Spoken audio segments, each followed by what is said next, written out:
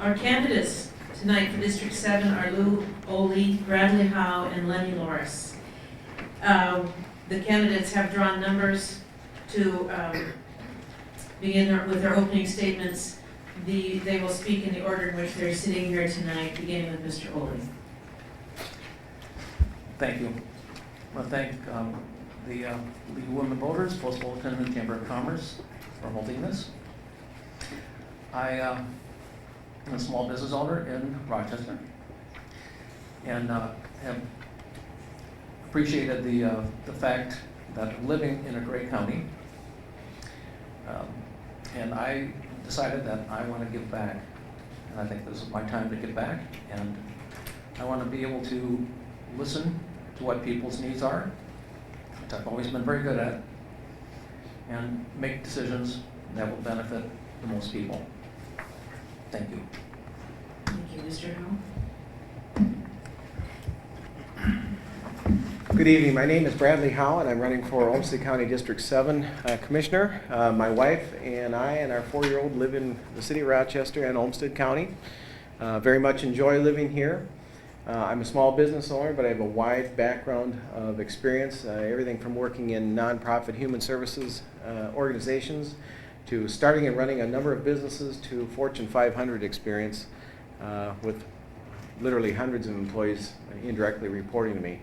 And I really feel that now is the time, with the strains on county, city, and state and federal budgets, that we need somebody that's got budgeting experience, a strong breadth and depth of experience in business that can really take a sharp look at everything that we're doing at the county level and make it work.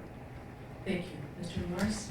Hi, my name is Lenny Loris, lifelong resident in Olmsted County. Enjoyed living here all my life. I think my experience speaks for itself as far as my qualifications.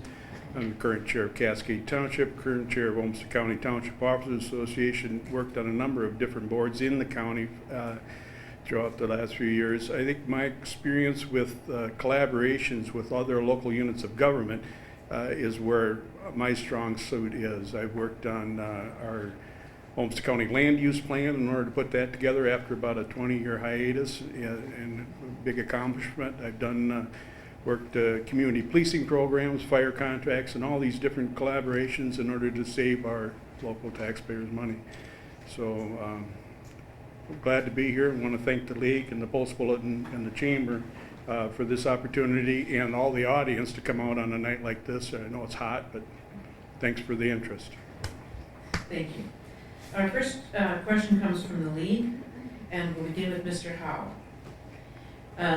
Throughout the county, we have water quality issues. How would you, as a commissioner, address these issues? I think it's very important as an issue for everyone who lives in the county. I particularly am concerned with Lake Zumbro. I like to boat there. When in this part of the state where, surprisingly, with all the lakes that we've got, we have very limited water resources in the county, I think it's a special importance to the people that live here. So I think we need to take a real close look at the lake and what we're going to do with that. We talked about the septic issue, or some of the previous candidates talked about that earlier. That's a big deal, and I, for one, would be all for looking for ways that we can link up with the city or combine efforts to limit the impact of septics and runoff into our lakes, rivers, and streams. Thank you. Mr. Oley? Well, from almost the start, I have been involved in the Zumbro Watershed Partnership to one extent or another. And I believe we need to maintain and increase our efforts to clean up our watershed and to concentrate our efforts on that. Whether we need to dredge that lake, I think that might be a good idea. Is our own real water recreation facility in our county, and I think that we need to increase and continue our efforts in that direction. Thank you, Mr. Lewis. Whether we like it or not, water quality is going to be a big issue for every one of us here.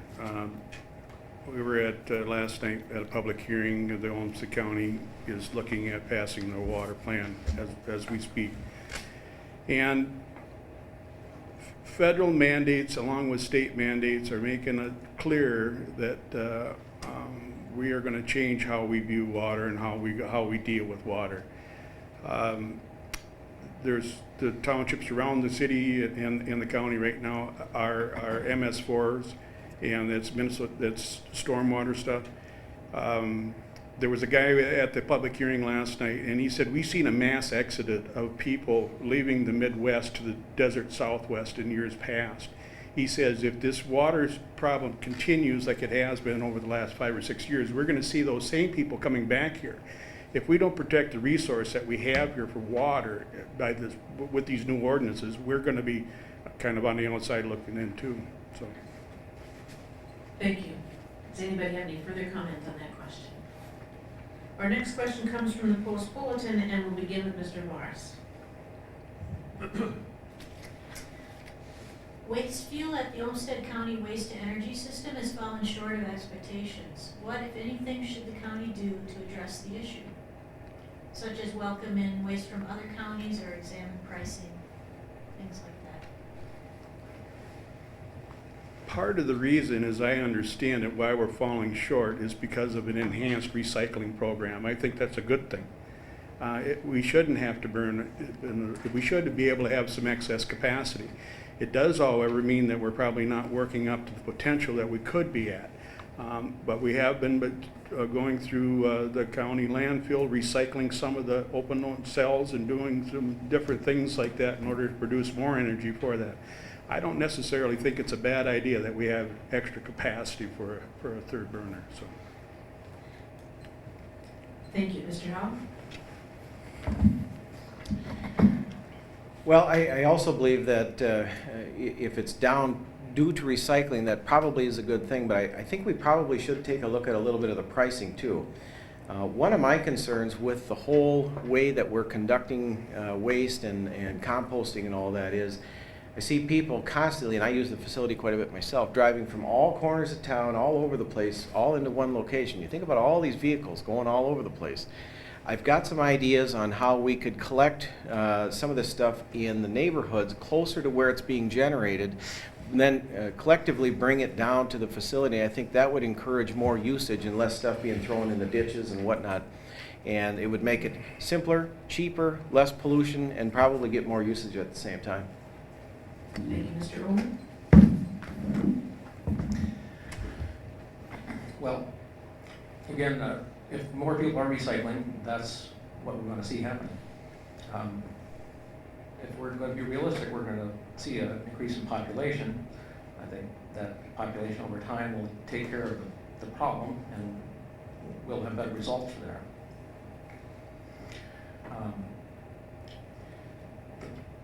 The idea of putting separate little satellite areas where people can drop things off might be good.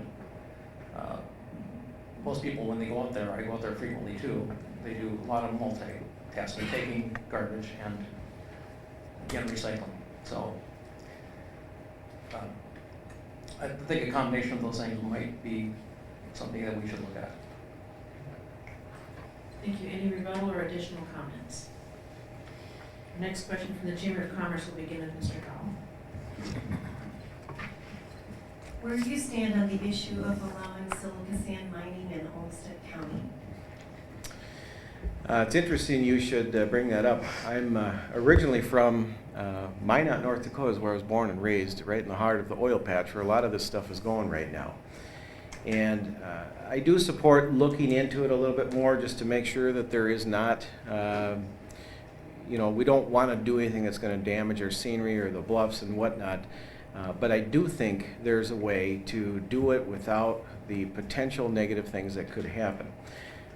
Very recently, I was in the oil patch out there, and the growth they have is very, very tremendous. And they have chosen to allow the growth, but find ways to manage it, minimize any disruption, and the economic benefits that those counties and communities are seeing is incredible. And I think with the natural resource that we've got here, I think we'd be foolish not to at least explore the idea. And I want a little more information before I'd say yes or no. Mr. Morris?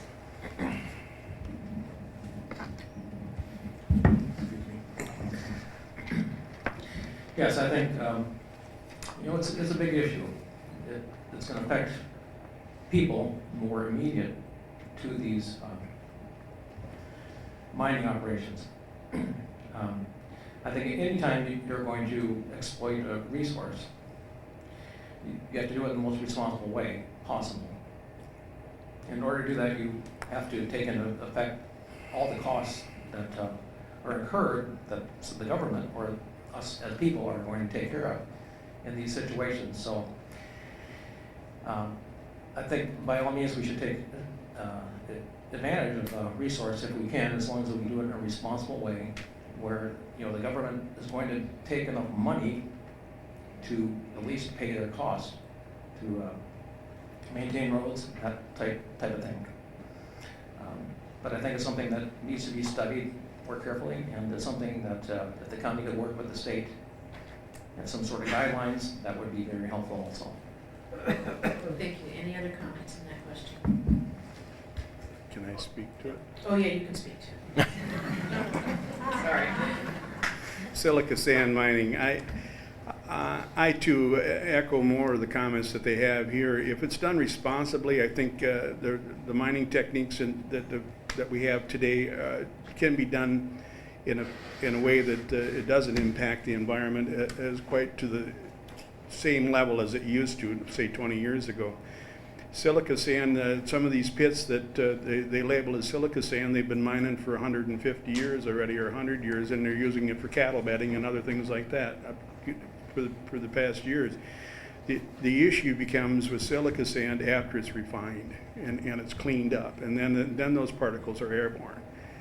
So it depends on which part of the sand mining operation you're looking at, whether or not you're looking at the cleaned up stuff or the stuff that were just the raw material. But I think what we need to look at in the county is our infrastructure, making sure that these mining operations don't impact the infrastructure, and also make sure that if they are hauling it, that it's done in a safe way where these loads are covered and those kind of things. Thank you. And now, any additional comments on that question? All right, our next question back from the league. And we will begin with Mr. Oley. For the 2010 and 11 school year, there were 314 children who met the definition of homeless in Homestead County schools. In addition to 109 who were sheltered, there were 182 who were doubled up with families and friends, and 23 staying in motels or hotels. Of these 314 children identified as homeless in the public schools last year, 8 are pre-kindergarten, 220 are in elementary schools, and 86 are in secondary schools. What can the schools and county do together to address the special needs of these children? Well, that's a complicated question, because there are usually many reasons people end up in these homeless situations. Not all of them are going to be a negative effect. People are doubling up with families, and it's a temporary situation. That's not as damaging to a child as if they are living in a hotel. They don't know where the next place they're going to live, the next meal is going to be. That's a different situation. I know from my business that people do often apply for emergency funds so they don't have to remain homeless very long. With those kind of support from social services, that would diminish that problem. The problem is I see some people that do not need those emergency services telling me that they're going to apply for them. And there has to be some sort of way to keep those funds for the people that truly need it. If that's the case, then we'd have more ability to help these people. Thank you, Mr. Morris. I think it brings up a great topic, and one of the things that I've been able to do is joint collaborations with different departments and figuring out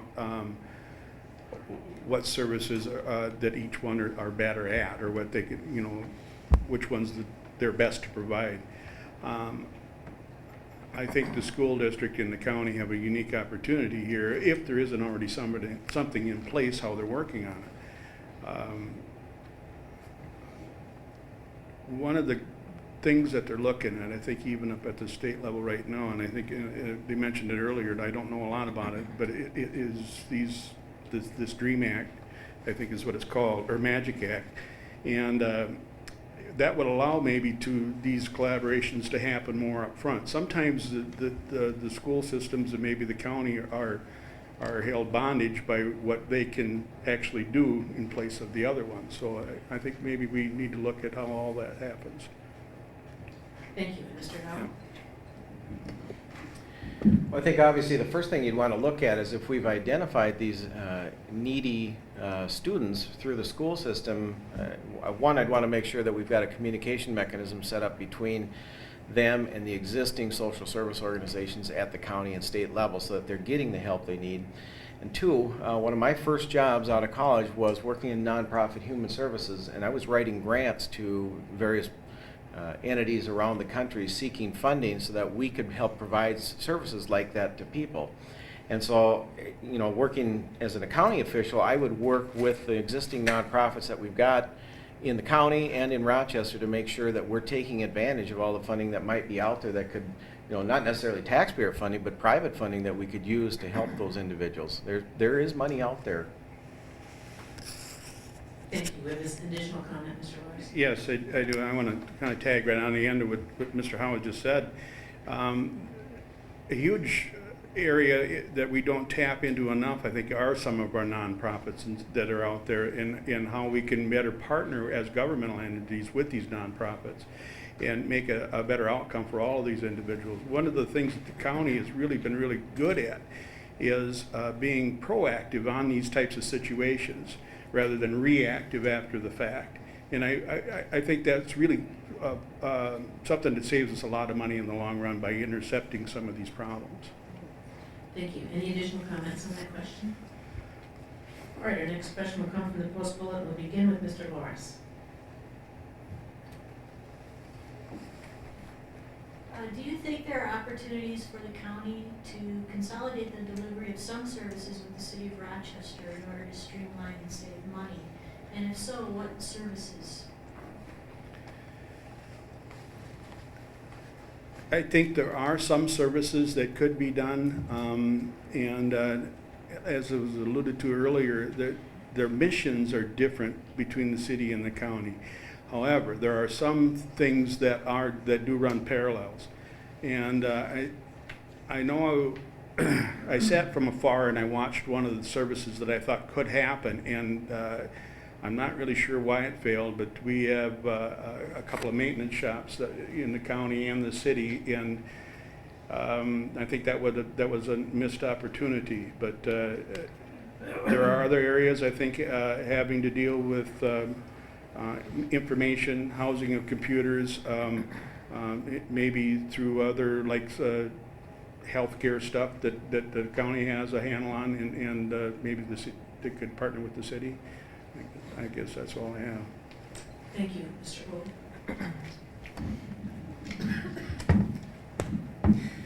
Well, I think it's always easy to say if you combine services in city and county that you're necessarily going to save money, and that may or may not be the case. I think everything has to be looked at individually. I think more effort would need to be made to try some things that the city and the county could collaborate, and I'd certainly be willing to look into that and do all the homework that would be required to figure out what those things are. And we have common interests, but I don't particularly have the answers right now, but that's something that over time I would be glad to look into and share any of my ideas that would be ways to save money if the collaboration works properly and we have the outcome that we wish with those collaborations. Thank you, Mr. Hall. I'll give you a little parallel from my business experience. One of the Fortune 500 companies I worked for had 2 large call centers on both coasts of the country, and they each served a different geographical area, and they had a lot of duplication of services. Backroom offices, mail rooms, computers, IT, all that stuff.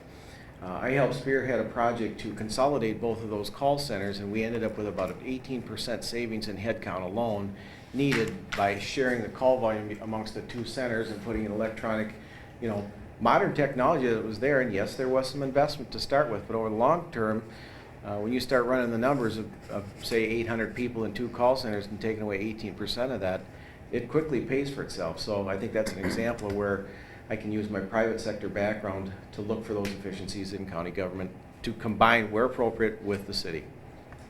Thank you. Any rebuttals or additional comments on that question? We will go on to a next question from the chamber, and we'll begin with Mr. Howe. What do you believe is the most important issue for the county to deal with? And how would you deal with it if you were elected? I think in the short term, in light of the global and national economics that are going on right now, I think keeping the lid on spending and therefore taxes probably has to be the issue that we're focusing on right now. Yeah, we got to do some long-term planning. We got to set a direction for where we're going. But people are struggling right now, even in our community as stable relative to the rest of the nation that it is. We need to be watching our pennies, and we need to be making sure we're planning for the future so that we don't dig ourselves a hole if things, hopefully not, but if they get worse nationally. So I think right now, finance, budget, and watching the spending is probably the top priority. Thank you, Mr. Olin. Well, certainly in my business, when you own a certain amount of property, you look at all your bottom lines, and taxes are one of the things you want to control. It's really difficult to pass on those increases to your customers when they're hurting too. So keeping a lid on property taxes is important. And also the expenditures, if there's ways we can save money, and I'm sure there are, but it's going to take hard work and effort to do those things. That's something we need to look at. Everyone has their own budget, and you deal with people that are trying to make life work for them, so they don't cause more expense through social problems. You need to be able to have a situation where they can depend on what they're going to be paying monthly. Thank you, Mr. Norris. With the door knocking I've been doing and the people I've been talking to, it's taxes. Everybody says, how are we going to reduce our taxes? We can't afford to spend any more. And we are coming into a period of retiring baby boomers on fixed incomes, and they don't know how they're going to make up that difference in tax value, from one year to the next.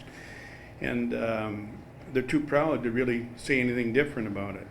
So that's a huge issue. How are we going to keep it level on taxes? But as an infrastructure and road kind of guy, that's what I do.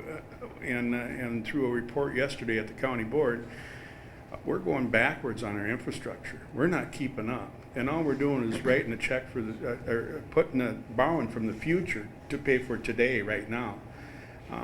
We need to find some efficiencies in what we are doing out there in order to keep up with our infrastructure also, and not raise these taxes and deal within our means. At home, we all know if it isn't in the checkbook, you can't spend it. So, thank you. Okay, any additional response to that? Our first question from the audience will first go to Mr. Loris. What is your opinion on having the Association of Minnesota Counties lobby the state legislature to remove the requirement of having counties pay state tax, sales tax on county infrastructure projects? Well, as a township official and our work at the state legislature in our group, we don't pay any sales tax on our stuff out there right now. We're the kind of the envy of local government because of those issues. I've always found it a little ironic that we're taxing an entity that's spending tax dollars. And it's to me, it's a way of recovering those monies and handing it all right back to the state. It's a shift from a local government to the state. And it's these kinds of things that happen, like unfunded mandates, where the state has managed to weasel our money back in the state coffers. So I would support it. Thank you, Mr. Howell. Well, I absolutely support it, and the whole idea of taking tax, basically, we hear the state officials always saying, well, we got to have property tax relief. So what do? They tax the counties, who in turn have to raise property taxes to pay taxes up to the state, and then they turn around and give it back. I mean, the whole thing doesn't make any sense. So absolutely, it should be done away with. Thank you, Mr. Oley. Well, I'm certainly not going to be the one to disagree about that. It just seems like a question that answers itself. Yeah, it seems like a silly thing at this point. I would fully support that motion. Thank you. Any additional comments on that question? We go on. Mr. Oley will be the first to answer this question regarding emergency management. What would you do to address cooperation between the city of Rochester and Olmsted County as it concerns emergency management? Well, I think that you need to find ways or incentives for two groups to work together. And how you're going to find those ways to do that? I don't have that answer right now, but I will. There's always ways to get people to do things that they can work together if they both have an incentive to do so. And finding those incentives are what our job should be as county commissioner. And that would be my plan. Thank you. Thank you. Mr. Morris. Again, I think it's a vision of what emergency management means to two different entities, and how you could bring that definition together, and we'll draw those two together. And the city's definition and the county's aren't quite the same. And I don't know how you bring them together on that issue. One wants a level up here, and another one wants a level maybe a little less. So, but there are some functions in there where we could save some money, and they can collaborate together on emergency management. And I think those things should be looked at. And now if we can enhance one system over another one through that process, and there's a base system through the county, and then the city does a little bit more on top of that to make them a comfort level, I think maybe that could work out. But there's ways of doing it if you have two willing parties that want to get it done. So. Thank you. Mr. Howell? Yeah, to me, this is one of the things where, coming from a background of finding efficiencies in business, that I just think we have not done enough there to look for ways to get together. As far as how you incentivize people, that's the job of the citizen. You need to get after me. You need to get after your city council people and make it their desire to get it done. Make them work hard to get that those synergies located.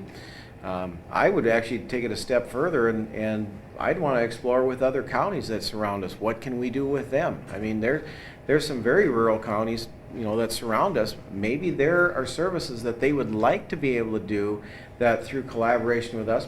Maybe that could be done. I think we really need to think outside the boxes that we've put ourselves in for the last, however many years. Thank you. Any additional comments? Our next question from the audience will begin with Mr. Loris. What roles can county government play to support economic growth beyond just cutting taxes? To support economic growth, like I mentioned earlier, one of the things that support economic growth is infrastructure. And we have to make sure that we have a way of getting people in and out of our city. safely, economically, and on time.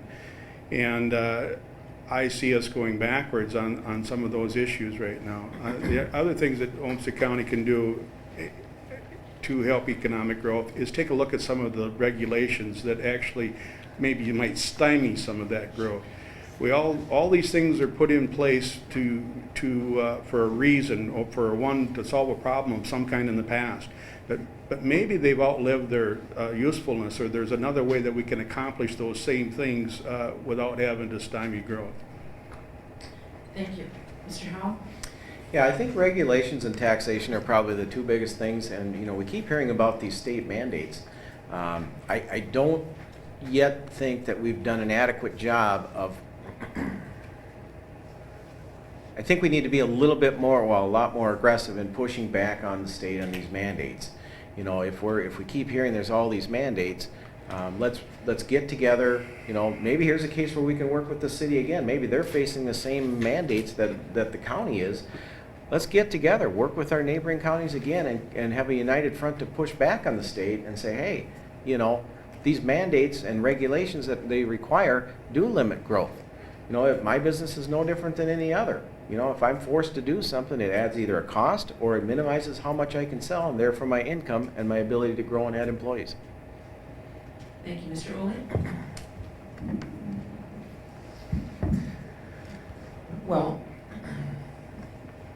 we're talking about other than taxes, and regulations are necessary. That's the fact. I mean, my business, I regulated, my customers are regulated. That's important, otherwise, bad customers can put you out of business too. But I think what we need to do, look at regulations that are going to foster these economic opportunities. And regulations don't have to last forever. Life is always changing. It's always evolving into something different. So we need to always be willing to change if change is necessary. Also, I think that we need to encourage and foster both education and infrastructure. Because both of those are important. We're not going to have innovations without either of those things being attentive. And those things are going to cost money. They're an investment by government. Government is us. We need to invest in ourselves. And I think that's how we can do it. Thank you. Any additional comments on that question? Our next question from the audience. What are your thoughts, we'll begin with Mr. Oley. What are your thoughts on how to address future transportation needs, the future transportation needs of the county? Well, I would like to see some service from Rochester to other parts, like the Twin Cities, right now. A high-speed rail would be great. I think it would foster more business. And let's face it, Rochester is a destination community. You can't be a destination community with inadequate transportation. Locally, I think we should encourage what we are already doing, bike paths, letting people enjoy the free air. When I started out as a teenager at RCTC, I was on the Student Senate. One of the things we did was work with the city to start bike paths in the city. And I was very proud of that because I like to bike ride a lot. I don't do it nearly enough anymore, but I think those things are the small issues, the large issues. Infrastructure is important too, but I think we need to look at both ends. Because again, we're a destination city, and that's the way it's going to be. Mr. Obviously, one of the things that would be high on my priority list would be to do whatever I can do to work with the state to facilitate what I would call a modernization project of Highway 52. I find it troubling, to say the least, that we have a city of the size of ours and a county the size of ours with the strategic importance to the state of Minnesota that we have, and yet we do not have a limited access freeway from here to the cities. I think that truly is an issue. I mean, from the death of people alone, I mean, we've got a lot of people dying on 52. We can take a look at Zip Rail. I have yet to see, you know, the economic case being 100% made on that. I want a lot more information on that. But I'm willing to listen, I'm willing to have an open mind on it, but, you know, we definitely need to do something about Highway 52 at the very least. Thank you, Mr. Morris. Yeah, transportation is a huge issue, and how we deliver that economically and efficiently in the future is going to depend on a number of different things.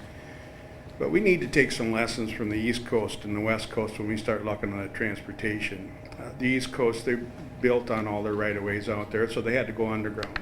The West Coast had plenty of opportunity to build freeways, and those freeways got 5 lanes wide, 8 lanes wide, 10 lanes wide. Now you got 12 lanes wide of traffic stop waiting to get off someplace. We're not helping ourselves any by building more roads. We do need to find alternative transportation needs. Highway 52 is going through a modernization right now. We've been working on Towards Zero Deaths for I think about 10 years, and one by one we're picking off all these bridges and overpasses and extending that further up towards Highway 52. Elk Run project, whether we like the bridge or not, that was part of that Towards Zero Death issue. It probably doesn't serve what we're doing, but anyway, I see the stop signs up. I can go on with transportation. But.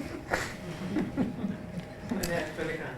Yeah, I'm aware of the Towards Zero Death project, but again, I just want to stress, and I'm not meaning to minimize at all the work that people at both the city, county, and state level have already done. I just think with the size of city and our county that we've got, it has to be much more on a high, fast track than it's been. One more comment then. The zip train will carry far more instead of adding more lanes on Highway 52, I think, and you're worrying about subsidizing that. I think we should take that money maybe and look at it and invest in the zip train rather than building another set of lanes onto Highway 52. That's my point, I guess I was trying to make earlier, so, thanks. I'd like to agree with that point, Lenny. Thank you. All right, one additional question. We'll begin with Mr. Howe. Would you support the implementation of a drug court in Ulster County? I do want to get a little bit more information on it, but from what I do know, I do support that idea. Again, I mentioned I started out in nonprofit human services, and it is cheaper in many cases to interdict ahead of time, especially when you're talking about offenses like drug offenses where they sometimes turn into habitual users. I think we'd be better off as a society, as a county, and a community if we can get that problem stopped rather than building another jail cell somewhere because somebody, you know, made some bad choices in their life. Thank you, Mr. Loris. I would support it. Intervention at any stage is better than no intervention at all. And drug courts do tend to bring personal responsibility outcomes to a lot of the things that they happen. I have visited with the county attorney and the sheriff and some other people in the county, and it seems to be funds and court time. They've done a great job in the county attorney's office trying to catch up on court cases. They're not near as far backlogged as they have been. But that's the main holdup, I think, right now is the cost of another judge and how we accomplish that. And those judges, I believe, are appointed by the state and how we get them to bring them down here. Okay, Mr. Oley? Well, I think the drug court should be something that I would support. I think we need to concentrate our efforts on what I think is a scourge, drugs. I mean, I'm lucky I don't have that kind of personality where I need something like that, but people who do, and I'm sure they would rather not be in this situation, but if the drug court could help people better their lives, I'm all for it. We sometimes look at costs of what things are going to cost us now, but if this is effective, the savings in the society would be much better than the cost we have overall. So I would support it in this case. Any further comment on that question? We'll go ahead to our closing statements from the candidates in the following order. Mr. Loris will be first, Mr. Oley, followed by Mr. Howe.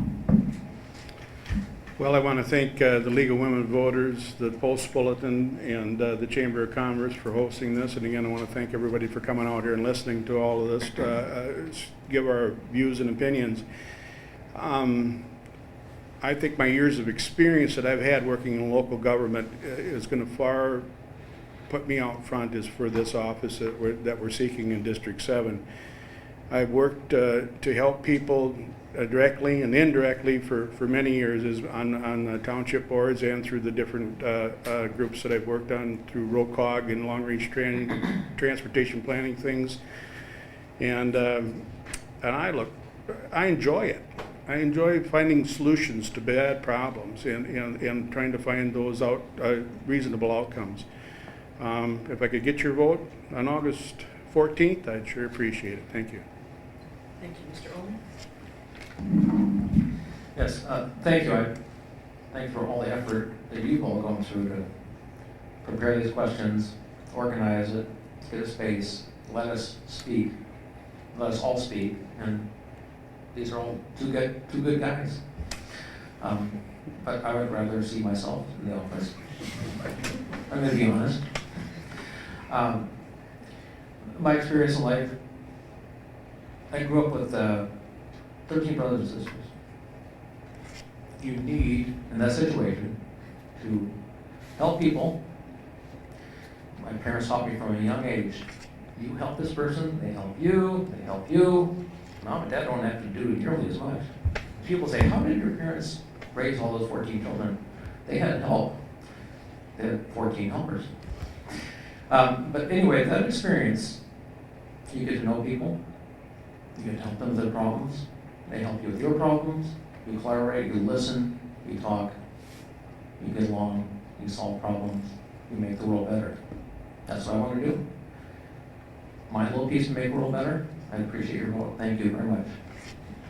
Thank you, Mr. Howe. Again, my name is Bradley Howe. I am seeking your vote on August 14th. I'd like to thank the Chamber, the Post Bulletin, and the League of Women Voters for hosting this. And I want to thank the audience for showing up. It is important that people get involved and be active, and I mean, we have citizen government. There's nothing better. I'm a family man, a small business owner, a hard worker, and I'm very knowledgeable about how to run a budget and find the synergies that we're going to need to find to be successful as we go forward in the future. And I would very much value and be honored to receive your vote on August 14th. Thank you. I would like to thank each of the candidates for participating in tonight's forum.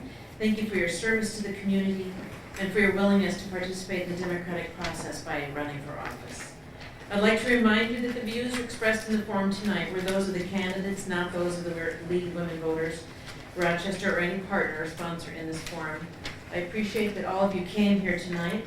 Thanks to our partners, the Rochester Area Chamber of Commerce, the Rochester Post Bulletin, the Rochester Public Library, and RCTC. Our supporting sponsors are our neighbors, the Rochester Area Council, PTSA, and the Rochester Community Education. Remember that primary election day is August 14th. If you're unable to vote on August 14th, I want to remind you that absentee voting for residents of Olmsted County has moved to the Olmsted County Fairgrounds at 1421 3rd Avenue Southeast. That's at the corner of 15th Street and 3rd Avenue Southeast. Don't forget to vote. If you have a question about your polling place, visit the Secretary of State website at www.sos for Secretary of State, .state.mn.us.